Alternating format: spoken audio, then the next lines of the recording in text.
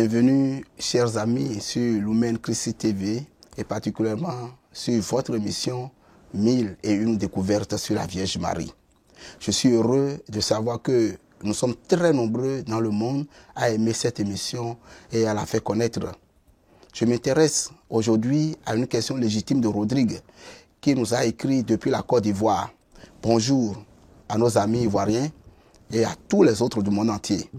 Et voici la question de Rodrigue. Comment peut-on raconter l'histoire du rosaire? Cette prière, aimée de tant de saints et de tant de chrétiens, est un chemin de méditation. Mais comment est née cette prière?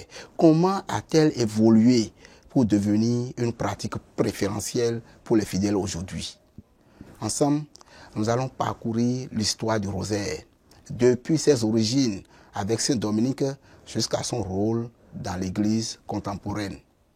Pour commencer, il nous faut remonter au début du XIIIe siècle, en pleine période de bouleversement pour l'Église. À cette époque, une grave hérésie, connue sous le nom d'hérésie albigeoise ou cathare, se répandait dans le sud de la France, semant la confusion parmi les fidèles et rejetant des doctrines essentielles de la foi catholique.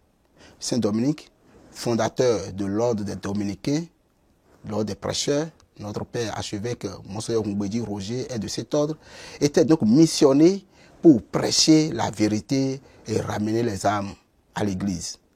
La tradition nous rapporte que vers 1214, alors que Saint Dominique était en prière pour savoir comment contrer cette hérésie, la Vierge Marie lui est apparue et lui donna une âme spirituelle puissante, la prière du rosaire. Marie lui expliqua que cette prière centrée sur la méditation des mystères de la vie du Christ aurait le pouvoir de convertir les cœurs.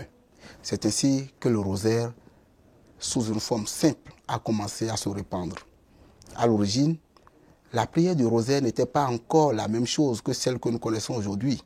Les fidèles récitaient 150 « Je vous salue Marie » en référence aux 150 psaumes de la Bible. Et cette prière était divisée en séries de 10, appelées dizaines ou dizainiers. Petit à petit, cette dévotion s'est enrichie, devenant une manière de méditer les mystères du Christ, de sa naissance à sa résurrection. Au fil des siècles, la prière du rosaire a continué de s'affiner et de se structurer. Au cours du XVe siècle, le bienheureux Alain de la Roche, un prêtre dominicain, a joué un rôle majeur dans la promotion et la diffusion du rosaire tel que nous le connaissons aujourd'hui. Il a organisé la prière en 3 groupes de mystères, les mystères joyeux, les mystères douloureux et les mystères glorieux. Cette structuration permettait aux fidèles de méditer sur les moments clés de la vie de Jésus et de Marie, tout en récitant les prières du Notre Père, du Je vous salue Marie et du Gloire au Père. La dévotion du rosaire a reçu un soutien puissant de la part des papes à travers l'histoire. C'est notamment le pape Léon XIII, surnommé pape du rosaire.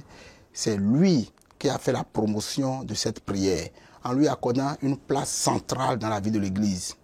Il a écrit plusieurs encycliques encourageant la récitation du rosaire et il a fait du mois d'octobre le mois consacré à la prière du rosaire.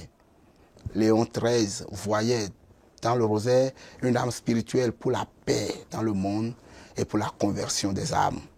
Plus près de nous, au XXe siècle, les apparitions mariales, comme celle de Fatima en 1717, ont encore renforcé l'importance du rosaire. À Fatima, la Vierge Marie est apparue à 3 petits bergers et leur a demandé de prier le rosaire quotidiennement pour la paix dans le monde et pour la conversion des pécheurs. Cet appel résonne encore aujourd'hui dans le cœur des fidèles, faisant du rosaire une prière d'une puissance extraordinaire. Dans l'Église contemporaine, aujourd'hui, le rosaire continue d'être une prière privilégiée, encouragée par les papes, dont surtout Jean-Paul II. Ce pape, ce saint pape, profondément attaché à la prière du rosaire, a proclamé que le rosaire était sa prière préférée Et en 2002, au XXIe siècle commençant, il a enrichi la prière en ajoutant les mystères lumineux, permettant ainsi aux fidèles de méditer sur la vie publique de Christ, ses miracles et son enseignement. Le rosaire n'est donc pas seulement une prière répétitive, c'est avant tout une prière méditative, une prière de contemplation qui nous conduit à connaître et à aimer davantage Jésus à travers Marie. Nous l'aimons de l'amour que Marie avait pour lui. Dans un monde moderne, souvent bruyant, agité, la récitation du rosaire offre un moment de silence, de recueillement et de paix. C'est une prière qui, tout en étant simple, nous introduit dans les profondeurs spirituelles où l'on contemple l'amour de Dieu. Aujourd'hui, de nombreuses familles, communautés religieuses et laïques dans le monde entier continuent de prier le rosaire. Il est vu non seulement comme une source de grâce personnelle, mais aussi comme un moyen spécial d'intercession pour les besoins du monde, la paix, la conversion des pécheurs et la protection de l'Église.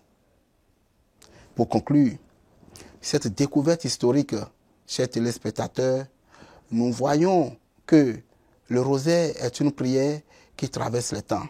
Né dans le cœur de l'Église il y a des siècles et toujours aussi vivante qu'aujourd'hui. De Saint Dominique à Jean-Paul II, en passant par les nombreux saints et les saints souverains pontifes, et aussi en passant par de saints fidèles qui ont trouvé dans cette prière une source de force, le rosaire est un don précieux pour chacun d'entre nous. Je vous invite donc à redécouvrir cette prière dans vos vies. Si vous n'avez jamais prié le rosaire, commencez aujourd'hui avec simplicité. Si vous avez déjà l'habitude de le réciter, approfondissez cette méditation des mystères du Christ avec confiance. La Vierge Marie nous accompagne dans chaque Ave Maria, nous conduisant par la main vers son Fils bien-aimé. Merci de nous avoir suivis aujourd'hui sur Lumen Christi TV. Que le rosaire vous guide chaque jour dans la lumière et la paix du Seigneur.